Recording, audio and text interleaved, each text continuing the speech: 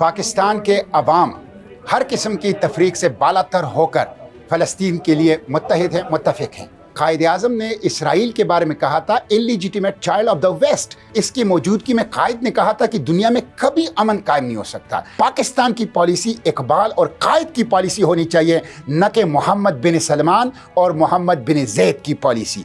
देखिए, मैंने एक ट्वीट किया था जब इसराइल की तरफ बढ़ने वाली मिसाइलों को रोका गया था, गद्दार इब्न गद्दार, तो मुझे कहा गया कि पाकिस्तान जो है पुराने F-16 के स्पेयर पार्ट्स ले रहे हैं उर्दन से, लिहाजा उर्दन के ख़िलाफ़ बात ना की जाए।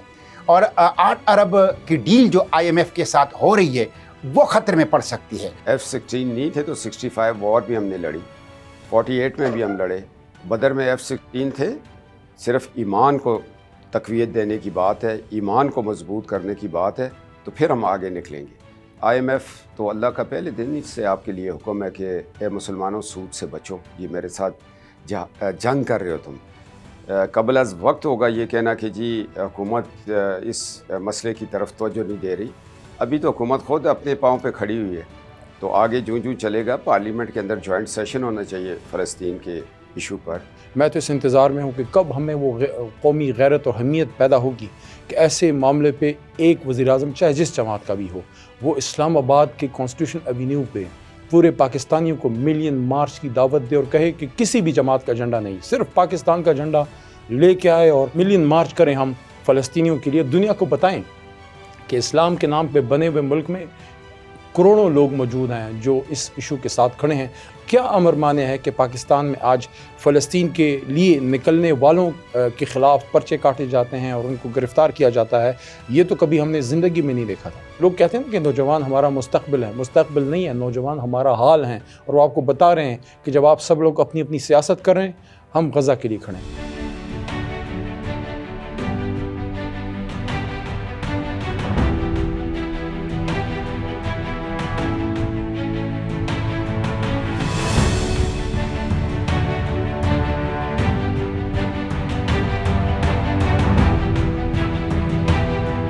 इस सारे जेनोसाइड के बाद जो यूथ ने रिस्पांस दिया है, मैं इतना एक्सपेक्ट नहीं कर रहा था। अल्हम्दुलिल्लाह, लाइक माइंडेड लोग जब आपस में आके मिलते हैं तो एक राह अमल, एक स्ट्रेटजी सामने आती है और आवाम को एजुकेट करने का एक बहुत बड़ा ज़रिया है ये ऐसे इवेंट्स। अल्हम्दुलिल्लाह यूथ बैकबोन है।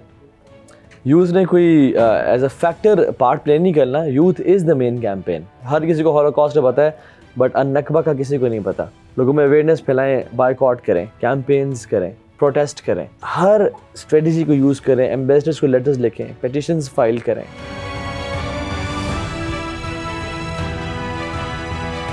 जब फ़लस्तीनी लोग हैं ना, पाकिस्तान का जिक्र होता है, उनके ज़हन में ये आता है कि एक रीजनल सुपर पावर है जो इस्लाम के नाम पे बने हुए हैं, जो इनके पास है न्यूक्लियर बम। उसी ज़माने में कि जब उसका टेस्ट हुआ, इन्होंने ये नाम दिया है इस्लामिक न्यूक्लियर बम। अवाम हो या जिधर मर्जी हो, पाकिस्तान जो हमेशा के हमारा उम्मीद पे उतरे हुए हैं। सबसे ज़्यादा देने वाले कौम पाकिस्तानी कौम है, जो पाकिस्तान के अंदर है और पाकिस्तान से बाहर है। इन अक्सर के मैं अपने दोस्तों से ये बातें कह रहा कि जी पता नहीं हमने इस्लाम का ठेका लिया। हाँ जी, आपने इस्लाम का ठेका लिया, वरना अपना नाम चेंज करें। ये इस्लामाबाद ना रखे, पाकिस्तान का नाम ना रखे, कुछ और ही रखें।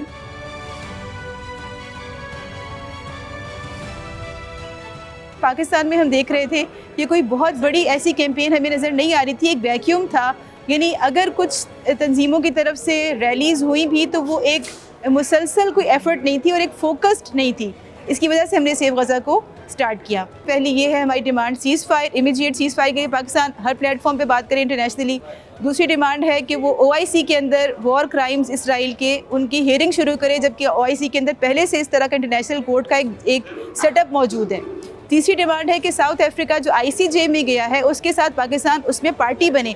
चौथी डिमांड ये कि जो कंट्रीज़ इसराइल के इस जेनोसाइड में उनके साथ शरीक हैं, UK US के अलावा इजिप्ट भी है, सऊदी अरेबिया भी है, जॉर्डन भी है, जो कंट्रीज़ भी इसमें शामिल हैं उनके एम्बेसडर्स को कम अज़ कम डिमार्च करें। और पाँचवीं डिमांड है कि आप जो ब्लॉकेड है ज़मीनी और समंदरी रास्ते का, उसको स्टेट्स ही खुलवा सकती हैं, किसी NGO का ये बस की बात नहीं है। उसको खुलवाएँ, नेवी को हरकत में लाएँ, फ्लोटिला ले जाएँ, जो भी, लेकिन उस ब्लॉकेड को ख़त्म करके बड़ी पैमाने पर वहाँ पर इमदादी सामान पहुँचाएँ।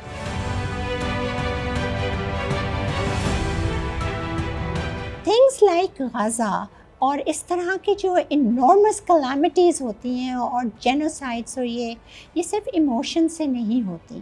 اس کو گیئر کرنے کے لیے اسٹریٹجی چاہیے. ہمت ہارنے والے کے لیے تو کچھ بھی نہیں ہوتا. مقابلہ جو کرتا ہے حالات سے اسی کے لیے پورا جہاں ہوتا ہے. سب سے پہلی چیز تو یہ کہ احساس ہو، پھر ذمہ داری ہو، پھر احساس ذمہ داری ہو. Just look around you. ہم دیکھتے ہیں، ہم ہر چیز اٹھاتے ہیں، کہتے ہیں بھئی یہ بھی ان کی، یہ بھی ان کی، یہ بھی ان کی. ہماری اپنی کیا اتنے سالوں میں. We need to step up.